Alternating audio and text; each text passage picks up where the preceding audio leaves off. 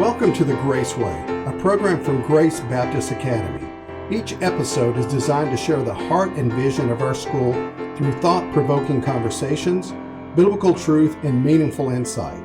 Whether we are answering your questions, outlining our philosophy, hearing from our staff or other professionals, our goal is to strengthen the partnership between home and school, all for the glory of God.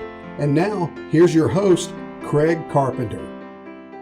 Hello everyone, thank you for joining us for the second half of our two-part interview with Mississippi United States Senate candidate, Mrs. Sarah Adlakha. If you missed part 1, I encourage you to go back and listen before continuing on to part number 2.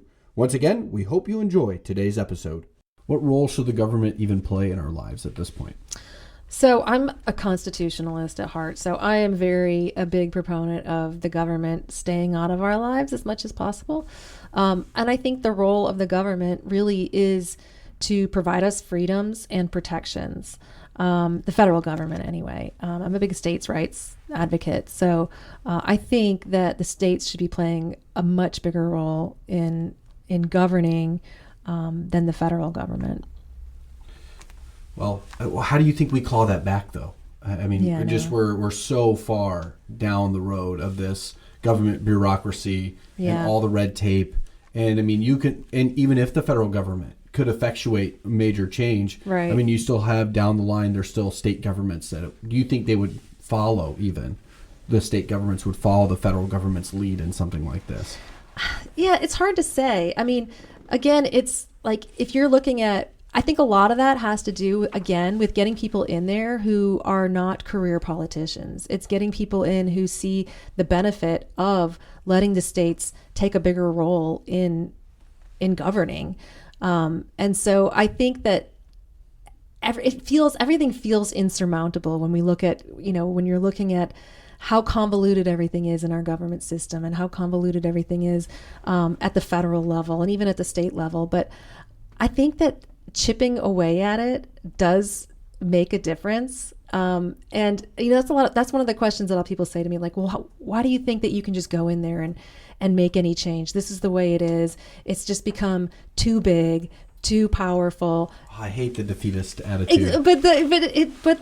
I think that is really common, right? I mean, sure. A lot of people have that defeatist I don't blame attitude. people for Right. feeling that way about government anymore. I don't either. But I think when you have individual people who are willing to step in and try to make some kind of change, even if it's just chipping away at it, you're not going to see one person who's going to go in and change the entire system. It's going to take getting people who are going in there individually and doing everything they can within their power to start. It's like this, I always think of it like the federal government as like a big barge, right? And you're trying to turn it and it takes a long time. And that's a good thing in a way. And I think that our founders intended that. I mean, they put a lot of, stops in there and checks and balances to make sure that we couldn't make just rapid changes back and forth. So it's a good thing in a way that it does take a while to turn a barge.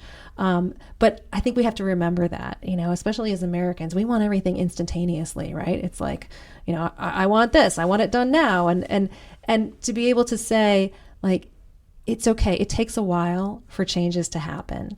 And even if we've gone off course and it's going to take a massive effort to turn this barge back around, it can still be done.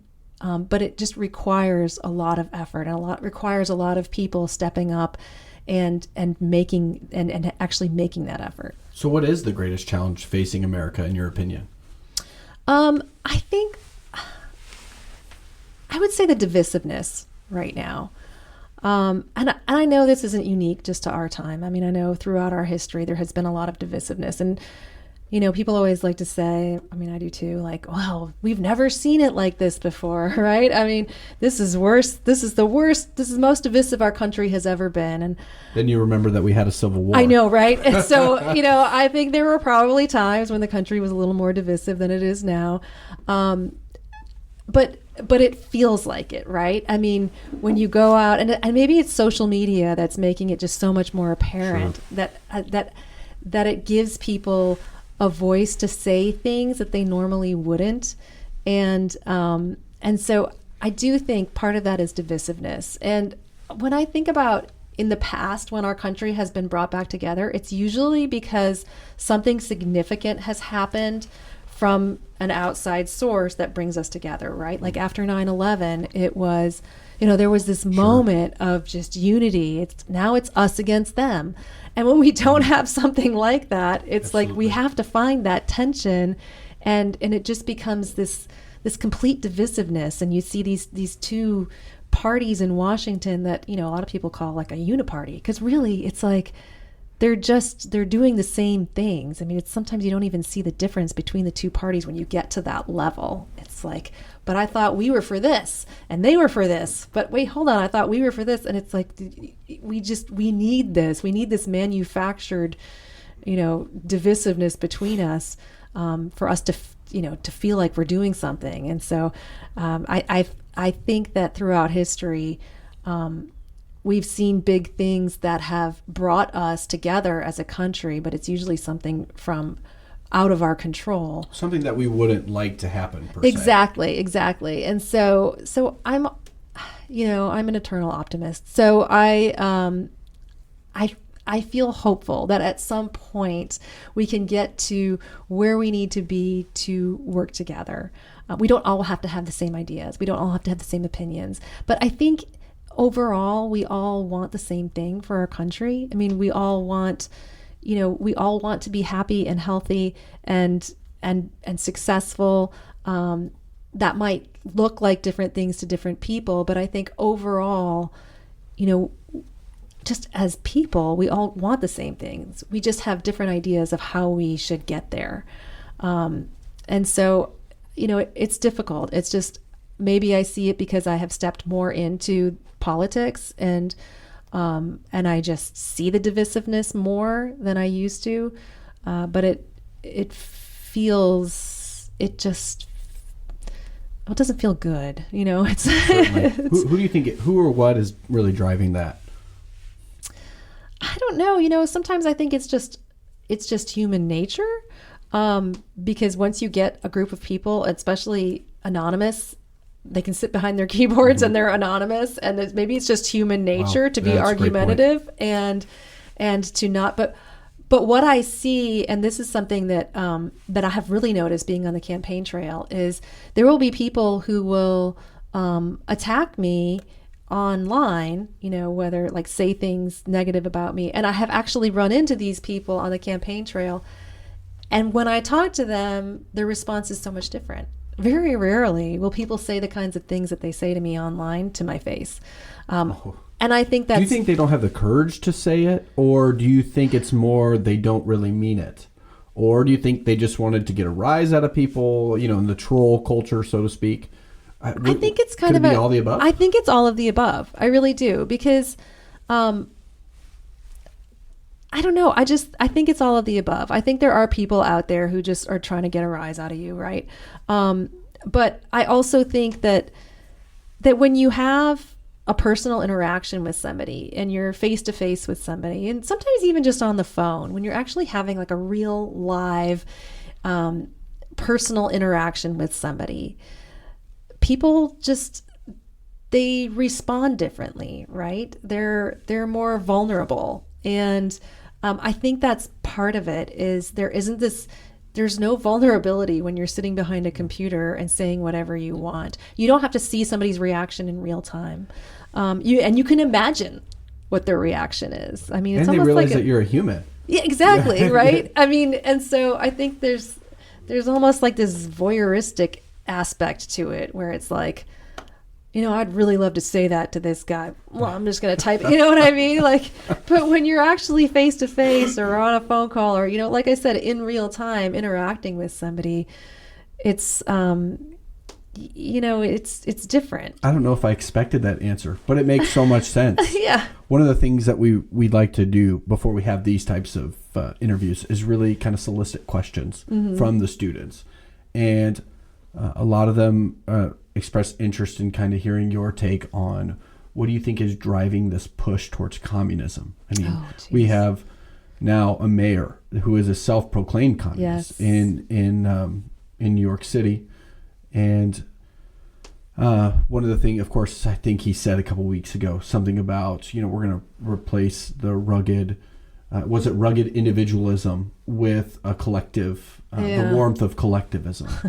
And words that sound great. Right. But you realize it's that rugged individualism that really built and drove the country, drove the innovation, drove the modern day conveniences that we have. 100%. Built it. And now, where's all this coming from? I think a big part of that is that this newest generation, and not just this generation, but the past couple of generations, we haven't really lived in a world where we have seen the extremes of poverty and suppression. We haven't really had to live in that world where it's been necessary to be the kind of person who is the rugged, I'm going to go to work and I'm going to push and I'm going to make sure that my family is fed and I need to depend on myself. We've been a very affluent country. And even when people say, well, I've been through hard times, I know what you're saying. Like, have you? I mean, unless you've really grown up in a communist state or like really, like a third world country where the government is tyrannical, I don't think you really realize what it means to go without. And there's a little bit of, and this sounds very negative and I'm not trying to, attack anyone, but it's almost like a laziness. There's kind of a laziness beneath things that it's like, well, why can't it all just be like kumbaya and we all get along? That's not real life. Exactly. It's not real life. And so, what makes me really nervous when I think about the way that our government is going right now and the way that we are spending, just complete out of control spending. And I think like at some point, this is not going to be sustainable. Right? At some point. You think it would have, at $40 trillion in debt, you think the sustainability factor is really long gone. Right. And so, but it starts to make me think about like, are we going to go back to that? I mean, is everything going to crash? And it's going to get to the point where we are on our own and you're on your own and you have to take care of yourself. And maybe we'll have another generation of people who are really like pull yourself up by the bootstraps because that's what you absolutely have to do. But I think a lot of what people see now, especially in this younger generation, is not that I invite trauma to our nation or anything like that, but when you haven't seen that, when you haven't been faced with depressions and wars and recessions and having to work as a child or having to do the things that our parents did, you don't really appreciate that what an oppressive government can do. Yeah, that and not reading and learning about what those oppressive governments can do. Exactly. Have you heard the quote, bad times create strong men create good times create weak men, and then it's like a cycle. Have you heard that quote before? I haven't. I like that though. So, if we can paint this picture in your head of this quote. So I imagine it, big circle. Yeah. Where, there's 4 points on this graph. We're in the good times right now, right? Okay. I'm asking you, where do you think we are? And in fact, I recently asked the students to kind of plot where they thought we were. Yeah. And that's interesting. So what did they, like from their perspective? They all think we're in bad times. That's really they think interesting. we're in, now the plots were diverse, but nobody said we're heading into the good times. Everybody said we're heading towards, at very least, we're heading from good times to weak men, or we're already in the bad times. Okay. And so, we're talking about, and I asked when we did this, and it I can't remember exactly when. Mm-hmm. I think it was the last school year. I mean, we're talking about students who were, upper elementary to high school that are seeing this in our country. That's a wide age range. But do you think maybe also that, the students that you're teaching are getting that education from you? I mean, they're seeing, it could be that the education they're getting is more eye-opening than, say, a child who's, not getting that same kind of education. That's a great question and a point to bring up, I would say that for us personally here at Grace Baptist Academy, our number one goal is to get them to think. Yes, exactly. And so you can tell that your students are very capable. Well, absolutely. But we also try to relate as much as we can to real life. There's been a massive, and this interview is not about me or the school, but there's been a massive disconnect in our education between the theoretical and then the practical. And it's not that people aren't teaching the theoretical or the practical. Well, we need to teach kids this is how math relates to your life, and this is how you can use math, and give them the reasons behind why we learn. That's what 100%. My older daughters both went through the IB program at Ocean Springs High School, and that was very much the premise of that program was the theory of math, the theory of these different classes and how it relates to everything in the world around you. And it has made a huge difference for them in the way they learn. They're in college now, they're both at Ole Miss, but it's made a huge difference for them. And it's not just about, math isn't just about memorizing equations and doing calculations, but why do we learn it this way? And what implications does math have? And it doesn't sound like much fun, but doing a thesis on math. But what would you say? So what would you say, I guess, to the students who just look at politics and see it as just, boy, why not just, I would never run. Yeah. Because I see all of it as just basically a giant cesspool filled with strife and contention and anger. It's not that I wouldn't even run. It's that, why even vote? Yeah. No, I get that. And there was a long time for me too when I became very disengaged in politics and had that same kind of feeling, even as an adult of it doesn't matter what I do. It doesn't even matter if I vote or not. It's not going to make any difference. And I really hate that defeatist attitude, and that I had that defeatist attitude for a while. And so for me, encouraging the younger generation to say, like, it's so important to get involved, because no matter what you do and at what level, you are making a difference. And you may not see it right away, but every little thing you do in your community, even in your home, and whether you step in to run for politics, and it does seem like it's very dirty, and it does seem like it's just so convoluted and complex, and it just seems overwhelming and impossible. But if individual people don't go in and try to affect change, then it's never going to happen. And so we do have a responsibility. I mean, it isn't just because you want to do something. You have to look at it as, what is my responsibility? What's my responsibility as a Christian? What's my responsibility as a citizen of this state, as a citizen of this country? What's my responsibility as a parent, as a teacher, as a clergyman? Whatever it is that you do, politics is all around us. And it isn't just about voting and saying, like, oh, I want to vote for this person because this person's going to change the world. This person's going to change this policy and they're going to do this.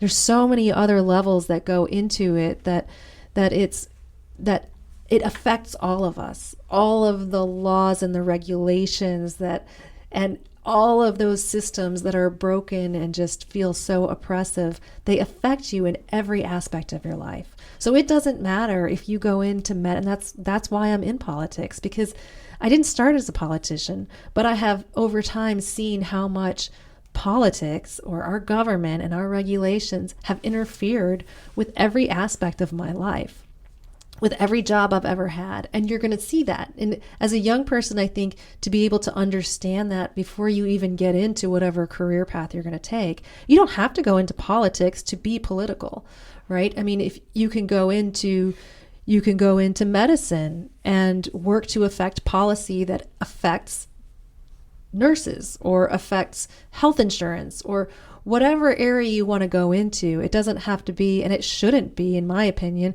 You shouldn't go into something, you shouldn't go through life saying, I want to be a politician. I mean, what does that even mean? Like, a politician, like, what are you trying to fight? What are you trying to make better? And so I think for children and for students, who are thinking about what do I want to do with my life, it's important to incorporate that into your lessons of, even if you want to go and be, like talking to your students, you want to be a photographer. It doesn't matter where you are, like what kind of photographer are you going to be? Are you going to photograph, whatever you're going to do? There are regulations on anything you do. There are the impact of, are you going to do photos and release them are you going to put them on social media? Are you going to do this? And what kind of regulations is our government putting on? For better or worse, at least. Exactly. But anything you go into is going to be affected by policy. And so you don't have to go in saying, well, I don't want to be a politician because it's a swamp, to say, I still need to be political. I still need to be engaged in civics. You mentioned you're an eternal optimist earlier in the conversation. Yes. That probably helps being it does. Yeah, as a politician. So what gives you hope for America? I think, number one, my religion. I mean, I feel like there is, and again, maybe this is just because I'm stepping into this, but I feel like there's kind of a reawakening with Christians recently. And I feel like for a long time, as a Christian, it was kind of expected that you had to be like apologetic, that you were a Christian, or you had to hide your faith, no matter what you did. I mean, I saw this in medicine too. It was like, there's a lot of training that goes into making sure that when you treat people and see people, you keep that kind of behind you, because you don't want to bring that into the way you treat people. And so for me, a lot of it was like, okay, well, this is who I am, but you kind of hide your faith behind you, right? Because I'm a doctor. But I think that what we're seeing now is people are more comfortable stepping out in the religion and not feeling like they have to apologize to, especially for Christianity, because there was a lot of times where it was just almost expected that you would be attacked if you were a Christian, or if you brought that to the forefront of who you were. So I think that's one thing. But I also think, our country has been through a lot in the past. This isn't, like I said before, when you're living in the moment, you think this is the worst it's ever been, right? I mean, like, oh my gosh, this is the most divided it's ever been, and everything's horrible and it's never gotten this bad. But that's just simply not true. And our country has been through a lot in the past, and we're resilient people. We come from resilient people. We are resilient people. And I think that there's just kind of this mentality, and I don't know if it's optimism. I guess I would call it more like sturdiness, or something about Americans that just feels like we're going to survive. We're going to be fine. We're going to fight. It's probably something inexplainable, or at least maybe or not even understandable until perhaps you visit another country or spend time in other cultures. Yes. And then you come back to America and you're like, you notice the little nuances that make us different. And so I think sturdiness you nailed it right on the head. Yeah. Yeah. I mean, we're going to be fine. I know we are. And, we're always going to have our ups and downs, and we're always going to have our clashes, and we're going to have things that we're dealing with. But I just, like I said, we've been here before. We've had divisiveness in our country, and we've always overcome it. And I have no doubt that we're going to continue to do that. Okay. Do you have time for one more question? Of course. And then, so after this question, I'll give you, if you want to say anything to the students of Grace Baptist Academy, but one of the questions that was submitted to me by a junior high student, and we worked together on even how to ask this question. Okay. So I guess to kind of give you a framing of where we're coming from, oftentimes, and I mean, I even read recently, there's in these massive bills, you're voting on, who knows, scores, if not hundreds of different things at one time. And so as a Christian, kind of how do you balance that? Because if you vote yes for something that's 99% godly, biblical, spiritual, there's no problems with it. But then there's one aspect. Boy, how do you reconcile that with your Christian faith? I mean, that's just got to be perhaps spiritually speaking, one of the greatest challenges that a Christian faces as they enter the foray of politics? Yeah, absolutely. That's a great question, actually. And I have thought about that many times, because you're right. Everything is very convoluted, and these bills are just massive. And how often are you think you're going to agree 100% with every single thing that's in that bill? And sometimes it's just voting for it because overall it's a good bill, even though there are things you don't agree with. And I guess it would depend on what specifically it is. I mean, because I think there are some things that are just hard stops of, according to your faith, that you just can't support if it's in the bill. But I think, if as long as you're looking at something that is not what I would call like a hard stop in a bill, I think you're obviously going to take heat from people who don't agree with you, and the people who are either running against you or going against you are going to pull that one specific thing out and make it a very purposefully make that a topic of conversation about you. But I think the most important thing is to kind of reconcile it with yourself, and to go in, to pray about it, and to make the decision that you feel like is best for the people that you're representing. Because that's overall what your job is, right? When you go in, and your responsibility is to represent the people of your state and of your country, and that, sometimes you have to vote on things that you don't necessarily agree with. That's just something you have to reconcile with yourself, and to know that that you are who you are. You know your faith, you're comfortable in your faith, but that it sounds like you will need a lot of wisdom. Yeah. If you make it to Washington there. Yeah. Do you have anything that you'd like to share or say to the students of Grace Baptist Academy? No, I want them to keep engaged, and I had a great time talking to your students today. I'm not sure what class that was. It just your speech class? It was the speech class. Yeah, yes, they were ma'am. Great kids, and I can tell you're doing a great job with them. And so I loved what I loved most about them was their curiosity. Once they got kind of pulled out of their shell a little bit, they had so many questions, and they were just so curious about everything. And so I think that's one of the things I would say, and I would encourage the kids to keep with them, is that curiosity. Ask questions, challenge this, and challenge yourself. Ask questions to your teachers, ask questions to your parents, and just keep that curiosity. A fabulous admonishment. Miss Adlakha, thank you very much for your time. If you want to learn more about Miss Adlakha, please check the episode notes in the episode description. There will be links to her website as well as some of her social media channels. Anyways, thank you very much for being on with us today. Thank you so much for having me. Yes, ma'am. Students, let's continue walking the Grace Way together. Have a good day. Thank you for listening to the Grace Way. We hope today's message strengthened your connection to both the Lord and our ministry. If you have any questions you would like to have answered on the program, or would like to connect with us, please email us at thegraceway@gbaos.org. Until next time, let us continue walking the Grace Way together.